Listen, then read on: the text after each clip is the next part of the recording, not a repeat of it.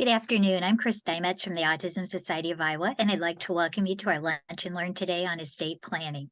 Our speaker today is Dana Wortman, whose maiden name is Dana Breland. Dana grew up in Earlham, Iowa, and she graduated from Drake University Law School, class of 2012. Her current law firm, The Law Shop, is located in Van Meter, Iowa. Her areas of practice are estate planning, estate administration, and tax preparation. Dana and her husband, Will Wortman, are parents to 9-year-old Zeger Wortman. Zeger was diagnosed with autism spectrum disorder at age 2. Dana has been an Autism Society of Iowa board member since 2018, and she currently is a member of the executive board, serving as our secretary. Her favorite ASI event is the annual fall conference and auction. So we'd really like to thank Dana. Dana has agreed to let us record this session. So all of you that are on today will get a recording. So you'll have that back for your references and resources as well. And she'll take questions at the end of the Lunch and Learn. So if you think of something during it, just put it in the chat room and we'll get to it at the end. Thanks so much. And I'm going to turn it over to Dana. Hello, everyone. I'm super excited to be here talking about estate planning. It's definitely an area of my practice that I'm very passionate about. My favorite thing about estate planning is that I get to help families take control of their futures. So with that being said, I thought I'd open the presentation with a quote from one of my favorite country music songs, "Three Wooden Crosses" by Randy Travis. The quote is, "I guess it's not what you take when you leave this world behind you, it's what you leave behind you when you go." And I just think that that quote nicely sets up the framework to discuss estate planning in terms of, who would benefit from it, what is the purpose of estate planning, and what are the different instruments in estate planning that you can use. So the first thing I would like to address is who could benefit from estate planning. Some people think that you need to have a certain amount of money or certain assets to benefit from it. This is actually not the case. Most people could benefit from having an estate plan in place. If you have anyone that you love or care about, and you're worried about what's going to happen to them after you've passed on, then you are someone who could benefit from estate planning. I'll go ahead and start off with one of the most common estate planning instruments is a last will and testament. So in a last will and testament, you can name beneficiaries. Those are the people who are going to receive assets from your estate. Your estate is going to be all of the property and money that you own when you pass away. For most people with children, this is also where you would designate guardians. The guardians are those people who are going to look after your children in kind of a parental caretaker role. You can also establish conservators. Conservators are people who stand in the shoes of minor children who cannot yet inherit assets of their own. And so they will look after these assets for the minor children as beneficiaries until they've at least reached the age of 18.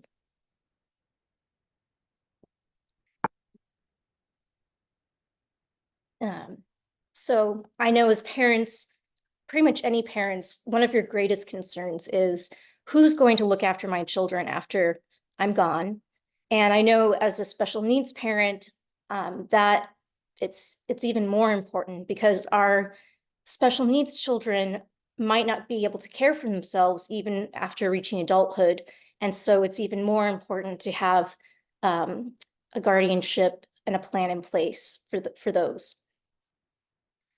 The other thing about a will, that even if you don't have a lot of property, in the state of Iowa, if you own $50,000 or more, or real estate of any kind, your estate is going to have to go through a process called probate.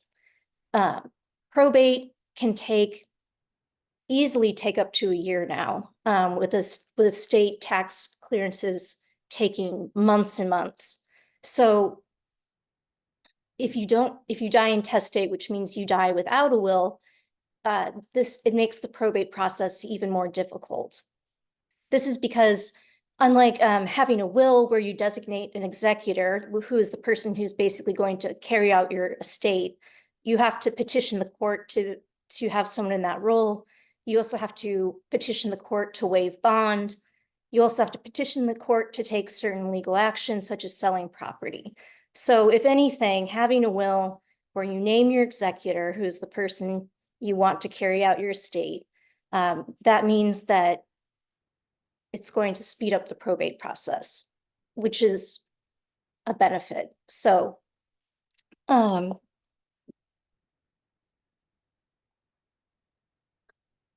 other estate planning instruments include what we call end-of-life documents, meaning they're only valid until the person is passed on, and then they are invalid. That would be powers of attorney. So there's the Iowa statutory power of attorney, which I like to call the financial power of attorney, because it grants the agent that you designate pretty much the powers to do everything and makes decisions, everything except healthcare.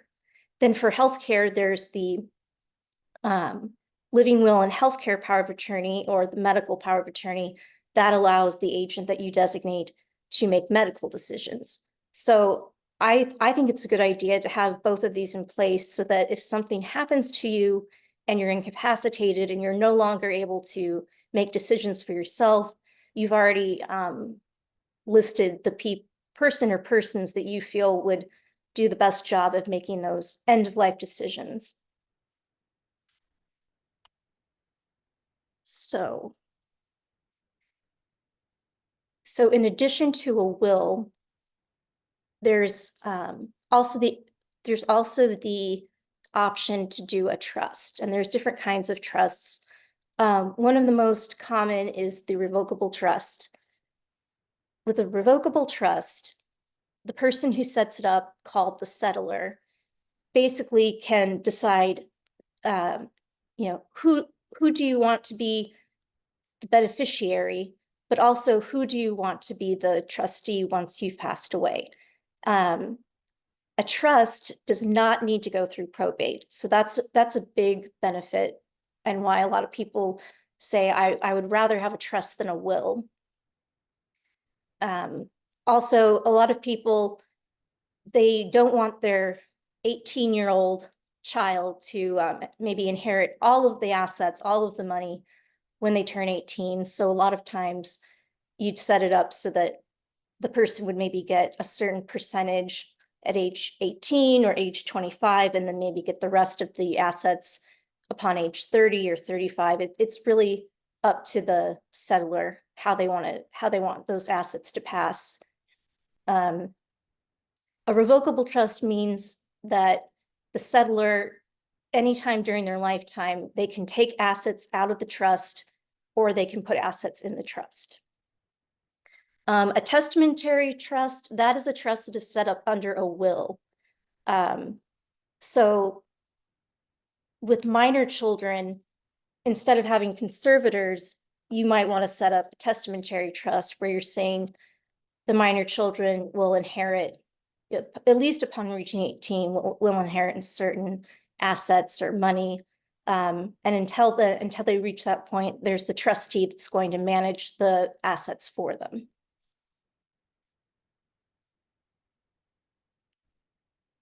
A special needs trust is just what it sounds like. It's a trust set up so that, for example, if someone with autism was receiving benefits, they could inherit assets and they would go into the name of the trust. And so it would not interfere with their income in terms of their benefits. So that's a very useful tool for someone with autism or some other kind of mental disorder, because then you don't have to cut off the person with autism. You can set up a trust, and then the assets can go into the trust and then be distributed by the trustee.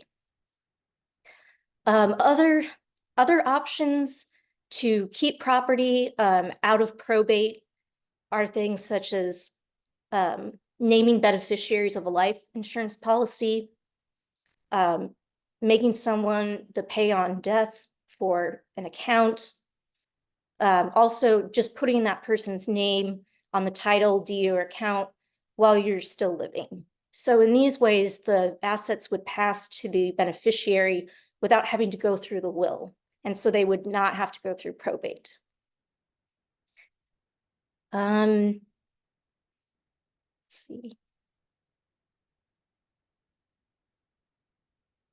I guess at this point, I would be ready to take some questions.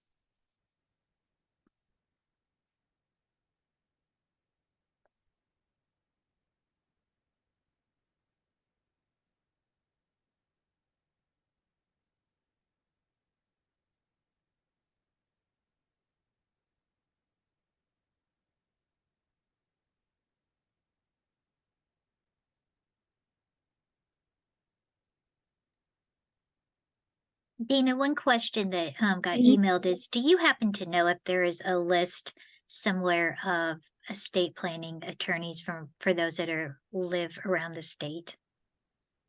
I believe if you go to iowalawyer.com that you can search by area of practice. Okay, thank you.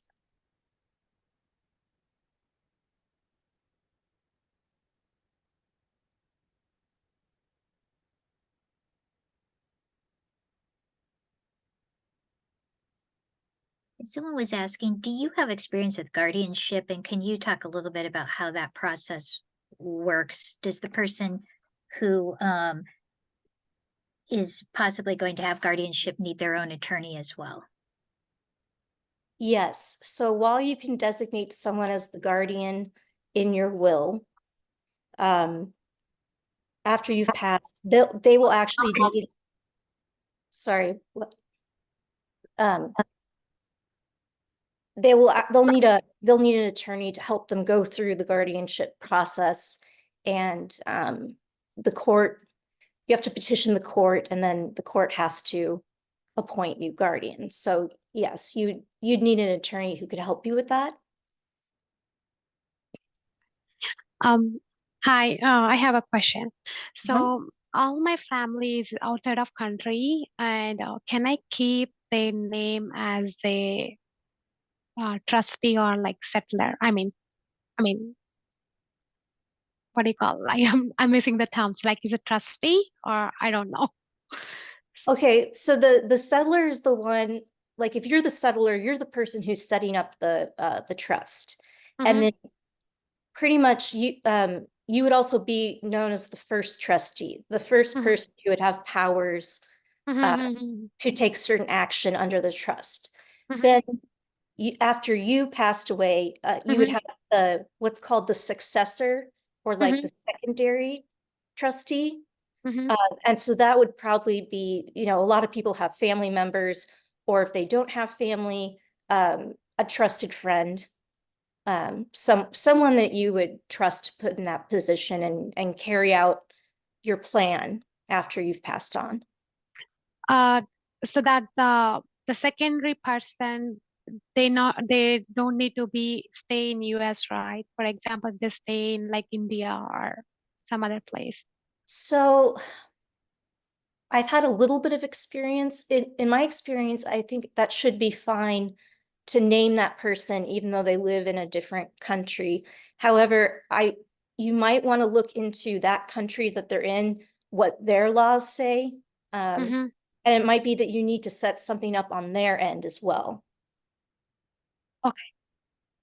And may I know, like, I don't know whether it's the right question to ask or not, but how much money does it cost if I want to plan for the trust? Like, or else, like, as a like special aid kid mom, which way is the better thing? Because we have lots of fear, like, you're talking about the will, trust, like, personally, like, how would you, which one is the best one? Like, you can suggest you for the families with having the special need kids. Sure, sure. So I like to approach estate planning as a very individualized thing per family, per client.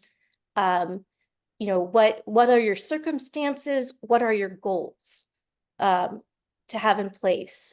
So I would say sometimes it does make more sense to have a trust, but other times a will and like the power of attorneys, sometimes that's the best option. Generally, at least I know at our firm, we have a fixed rate for the estate planning for the different services, and the trust bundle, which I'll explain what the bundle process is, but the trust one is more expensive than the will, by about $1,000.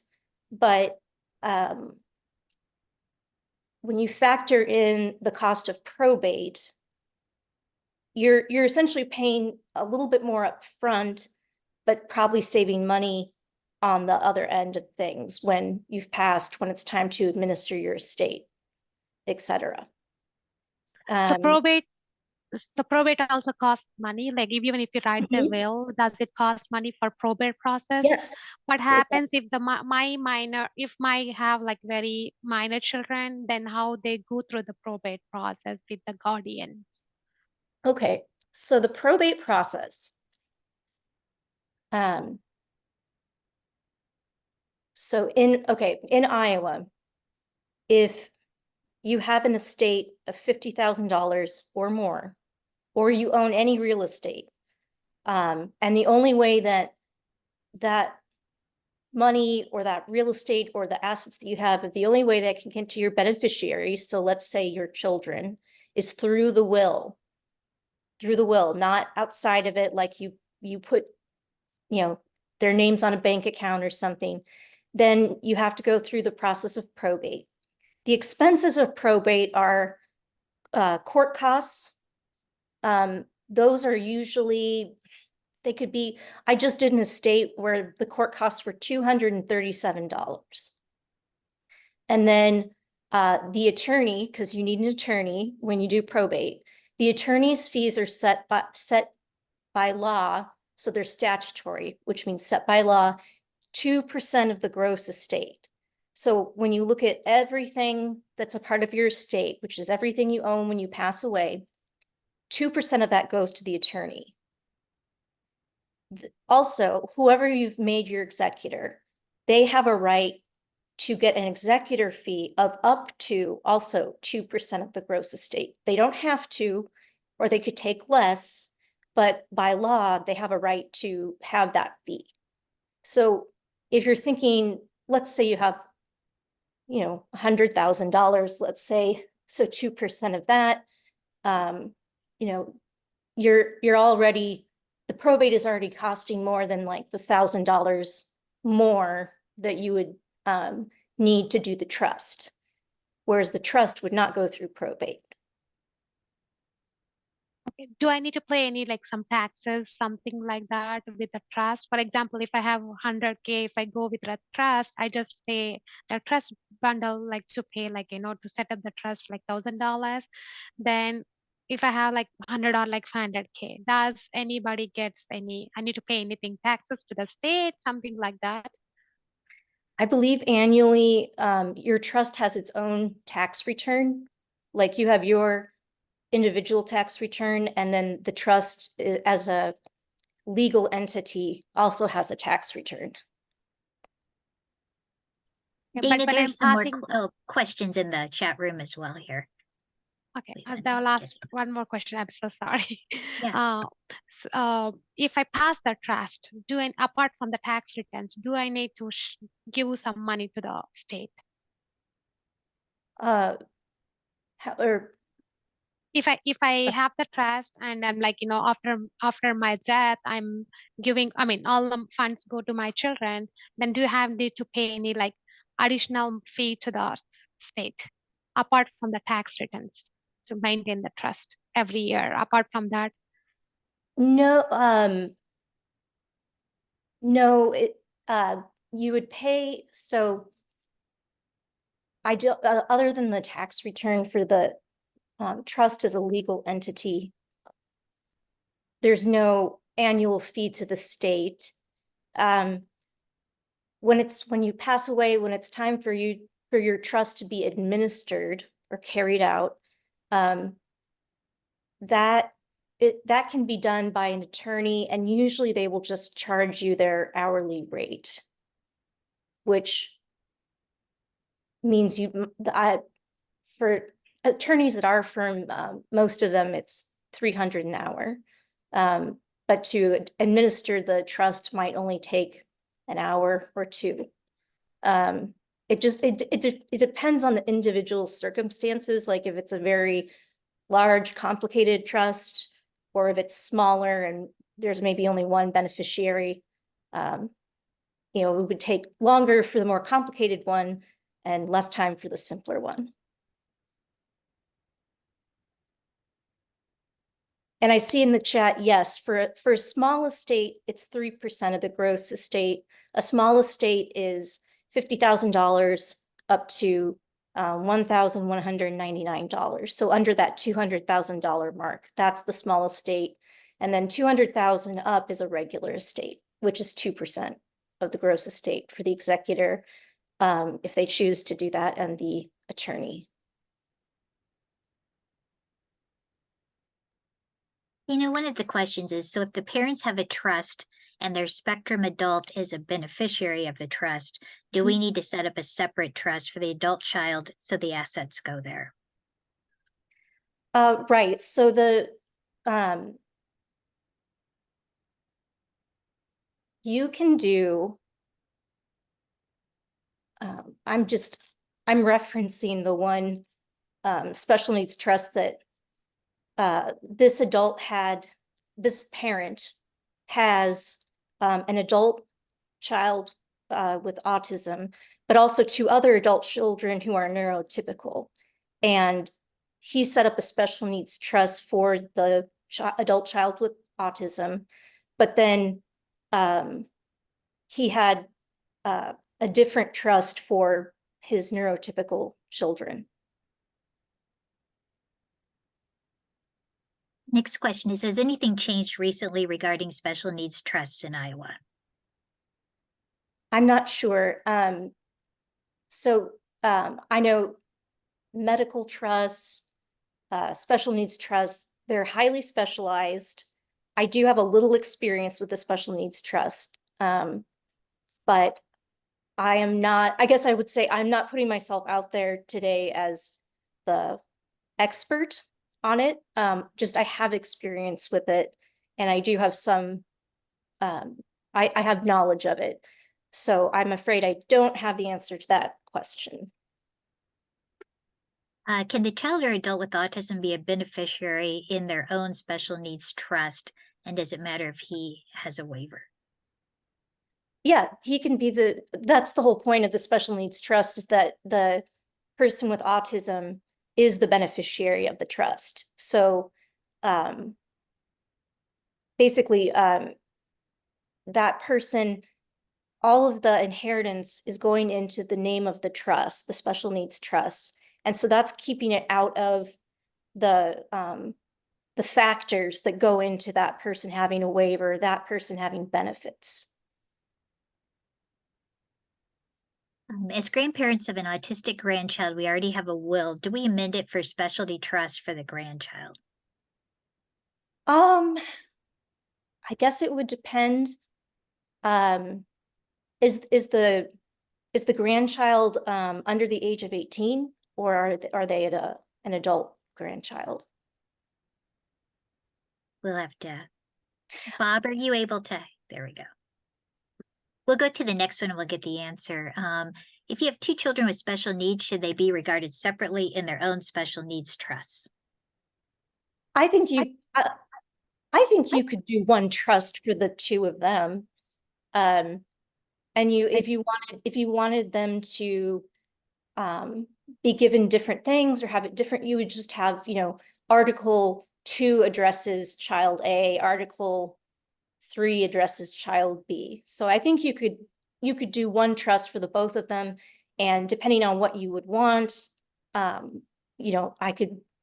could work within that one trust, but still have like separate clauses that addressed each child individually. Can a special needs trust be addressed within my will?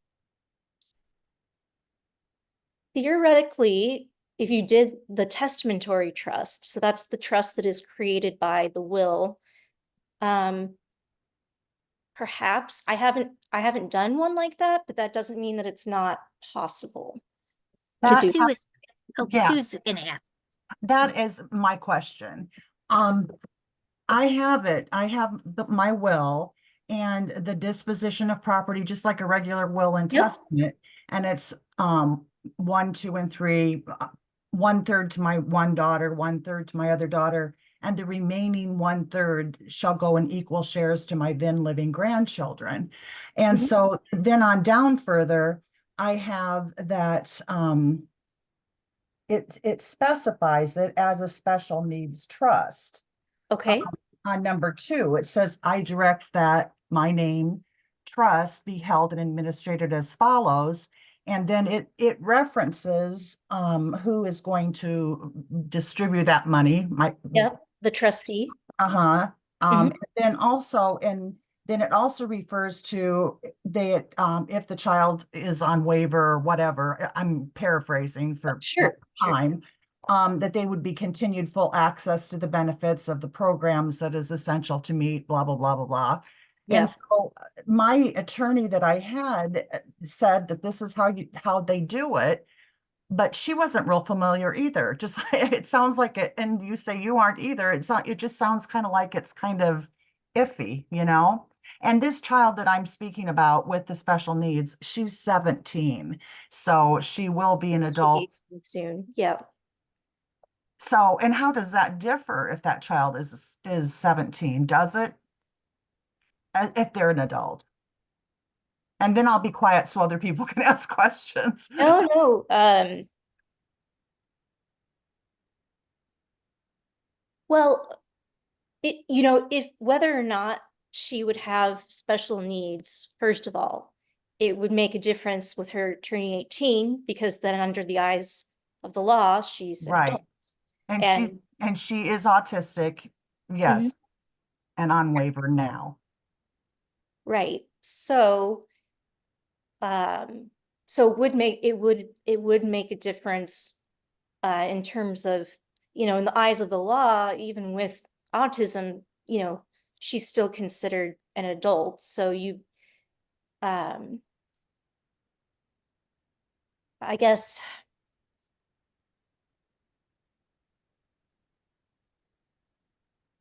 I'm sorry, Dana, if it's, I'm, if it's well, and like I'm coming to you. So I'm a parent, right. and I do estate planning.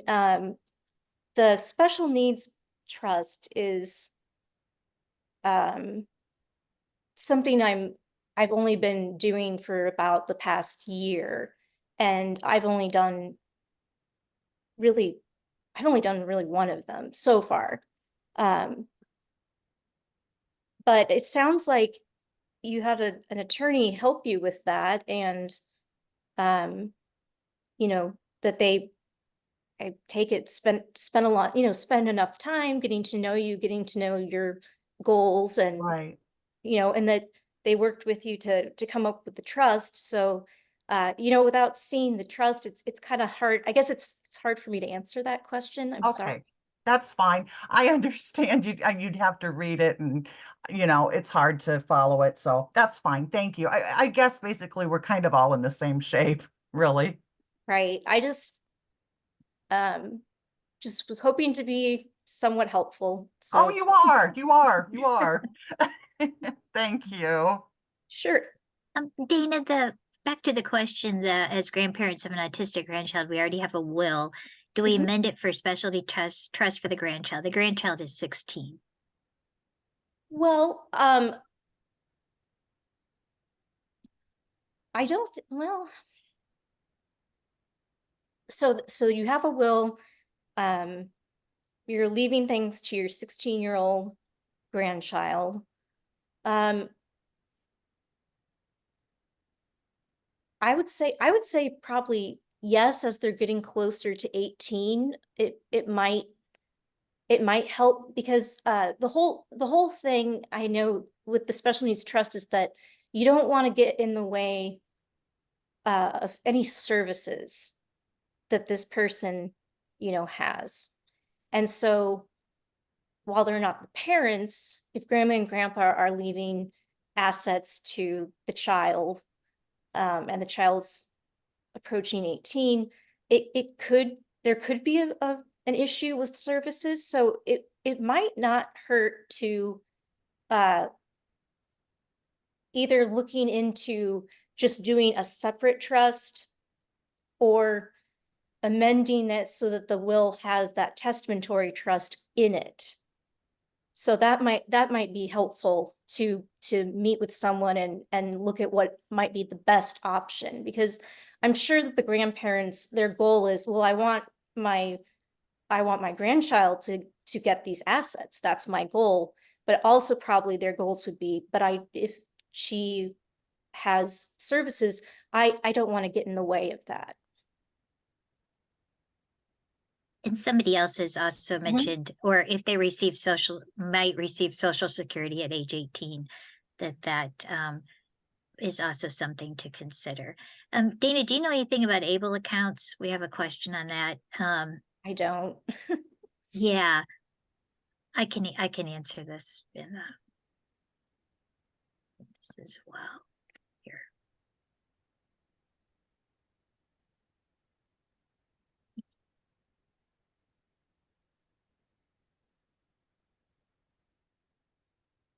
One other question, Dana, do you have experience with tax planning? If somebody receives Social Security and benefits and tax planning, how do they, is there a certain way they know if they need to file taxes or for planning for that as well? Just someone, is this for someone who's Only under, receive Social Security? How, is there a way, like it says, is there a way to know if they need to file taxes or not? okay.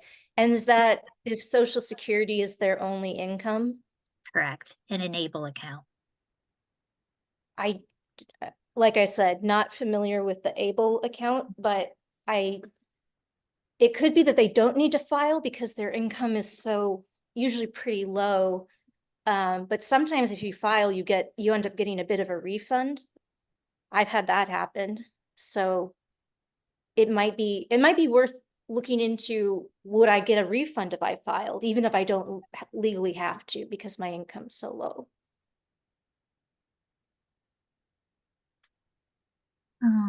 Generally speaking, can a typical will be worded so that it identifies a special needs trust? I think so. I think Great. so. Right. Oh, I was just thinking about this. So with trusts, usually, so I think I did mention we have flat fee estate planning services at our firm. One of the most common and popular way to go is to do a bundle that includes multiple estate planning instruments. So for example, the revocable trust bundle, you get not only the trust itself, but you also get what's called a pour over will. The pour over will, and this is how I always explain it, the pour over will is there to catch anything that might escape the trust. So when you microwave something and you put a plate under it, if something boils out of the trust, the paper plate pour over will catch it and put it back in. So the way it works is, let's say that you just got a piece of property and you're going to your lawyer's office to deed it into your trust, and you get hit by a bus. So you didn't get it into the trust before you passed away. But the pour over will says, whatever assets I have when I died, they go into the trust. So the pour over will and the trust work together to ensure that all of your assets are in that trust. And then also I mentioned the quitclaim deed. The way you get property into a trust is to quit claim it. So do that deed and file the deed. And so that deed is also a part of the bundle. So the bundle is so that you get all these different estate planning instruments working together to achieve a very secure plan.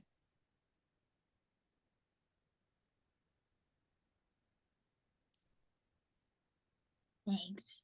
Let's see. Any other questions? Also, the ARC has put together a great handout on the difference between special needs trust and the ABLE account. And I think Erin's going to share that in the chat room, and we can share it too with the recording so that people will have that information from the ARC, because I know that that does come up a lot. So great. Any other questions? Yeah. So I just wanted to say that I hope a takeaway point, or one of them, is that estate planning is not just for people who have a lot of money or a lot of assets. I really think that the majority of people can benefit from meeting with someone, you know, an attorney, sharing what's going on with them. This is what my life looks like now, and coming up with a specific estate planning plan that's really going to just help you do what you want to do and take care of the people you love. So I hope I've gotten that message across.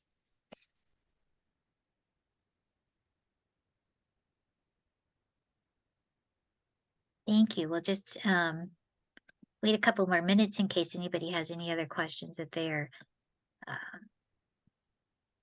thinking of as well. Make sure we have all of them. Oh, there are lots of thank yous are coming in as well. So that's always nice too. Well, and you know, it's like I wasn't able to 100% answer all of the questions, but isn't it great to have something where all of these questions come up? You know, just I think that's great, is that, you know, it's a great thing for these questions to come up, and then, you know, different people have different resources to share. So that's great. Well, we'll stay a couple more minutes, but like I said, Dana also is willing to have us record this today. So you'll get a recording of this as well if you want to go back and watch it again, or you have something that you wanted to double check on as much. And Sue, you are correct. Thank you so much, and so much to think about. It's correct. And thank you again, everybody, for joining us today for the Lunch and Learn. And to you, Dana, as well. you bet. For all of your help. Oh, here, do you provide any resources to understand about estate planning? Well,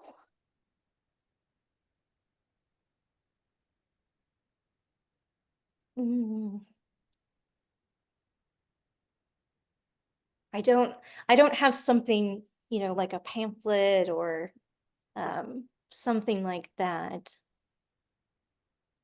Is there something that we could send out with the recording that maybe explains like all the terms for estate planning? I can provide that, yeah. Okay, great. So maybe like a why is this escaping me?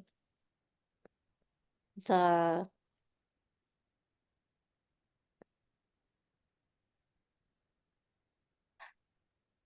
a lexicon, but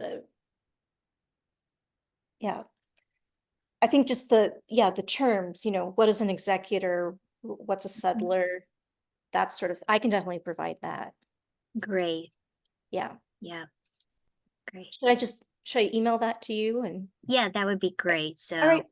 Yeah, thanks for asking that. And we'll include it when we send out the recording and the information. And Erin has also just shared about the differences between the special needs trusts and the ABLE accounts as well, that the ARC has put together for families. And we'll send that and to ask as well. We'll send that out with the recording too, so you'll have all of that in one email. Perfect. Thank you, everybody, and thanks for joining us. Thank you again, Dana. A good You rest bet. of your day, everyone. All right. Bye, everyone.